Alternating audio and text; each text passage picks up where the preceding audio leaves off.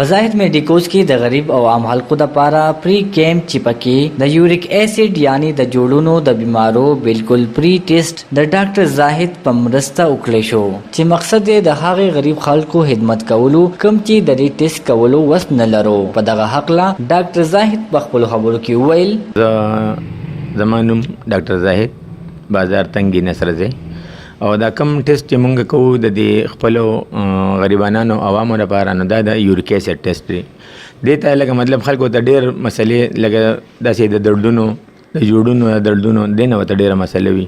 او د دې دا چې مونږ کله دا ټیسټ وکړو که نه چې لکه مطلب مونږ ته پته ولګي نو دوی له څه احتیاط پکاري غټه غوښه نه دالونو نه او داسې د دې چیزونو نه دوی مکمل پرهیز کوي. دا بالکل دا مونږ د دې لپاره د خپل غریب عوامو لپاره بالکل فری راغوښتي دي. دې پسې به انشاءالله مونږ د شوګر والي ټیم راوړو د هغې نه پس به بیا چې مونږ د ډېر داسې مریضان هم شته چې هغه غریبانان صحیح کي دي لکه ذهني داسې دي چې لکه زما ولې ما باندې زه کمزور یم زه جوړ یم زه ناجوړ یم د هغې دپاره بیا زموږ سپیشل ټیم را روان دی او ډېر زبردست انشاءالله.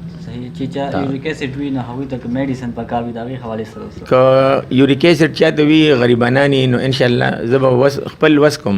او خپلو کم ملګرو نه به لکه مطلب یوریک اسید والا میډیسن راواړم او دوی له به فری ورکوم. مخکې نور څه خیالات دي مخکې څه کوئ؟ مخکې انشاءالله زما د خپل کلي لپاره ډېر داسې ډېر شینو ته خیال دی ځکه چې وخت واسم زمونږ تېرېږي صدیق جانه اسیم تېرېږي. اوس وایو چې لکه مطلب مونږ د چا خدمت وکړو څوک راته دوا وکړي او د ډېر نه ډېر خدمت د هر قسم خاص کر د ایجډ خلک چې کوم دي ډېر عمر والا نو دوی ته ډېرې مسلې وینو چې الله پاک دوی لکه مطلب دوی له صحت ورکړي نو مونږ به زمونږ به لکه مطلب تاسو علماء کرامو له یو پیکیج ورکړی دی زما د دکان انشاءالله دا به زما د خپل میډیکل سټور به زما دا ګارنټي وي دویم نمبر دوی به نه وي او د علماء کرامو لپاره او د اساتذه کرامو لپاره د طالب علمانو لپاره بالکل خصوصي پیکیج وي د دوی لپاره او داسې جیمونه میمونه چې کوم ځای کې کېږي صدیق جان نو د هغوی لپاره خو بالکل فرسټ ایډ فری مکمل دوایانې بالکل فری. صحیح. او دا زما د دکان خپل دا زما د دکان او انشاءالله شی په ګارنټۍ سره A1 دویم نمبر نه ثابته شوه نو صدیق جان تا ته به ووایي ځکه چې تا سره او تا ته خو په ټولو ځینو کې بیا ښکاري. صحیح دی. او یو بل زه د خویندو لپاره وایم چې کومو ته لکه مخ د ځوانکو د تیسرو د مسلې وي نو د دې یو ټیم به انشاءالله زه یو ډاکټر راغواړم نو بیا به تاسو ته یم تاسو به بیا هغه ایډورټایزمنټ کوئ هغوی ته به هم فری هغوی ته به هر څه فری وي.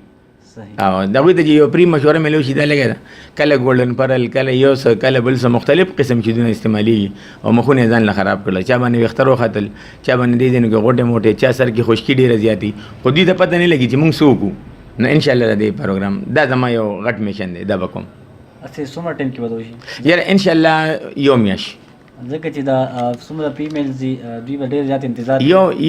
یو میاشت کې ته دوی له زما نمبر په دې باندې ورکړه دوی ما سره د سبا نه کنټیکټ کوي او انشاءالله دوی ته پوره ریلیف میلاویږي او دوی ته به فرست ډوز چې کوم دی دا به ورته فری میلاوي. هغوی زیاته کړه چې د غریب عوامو خدمت او د هغوی سره تعاون کول اولین ترجیح ګڼم او ډېر ژر به د یو بل پری کیمپ انعقاد کوم چې پکې به د ډېرو بیمارو علاج وي. محمد صدیق، هشت نگر نیوز، تنگی.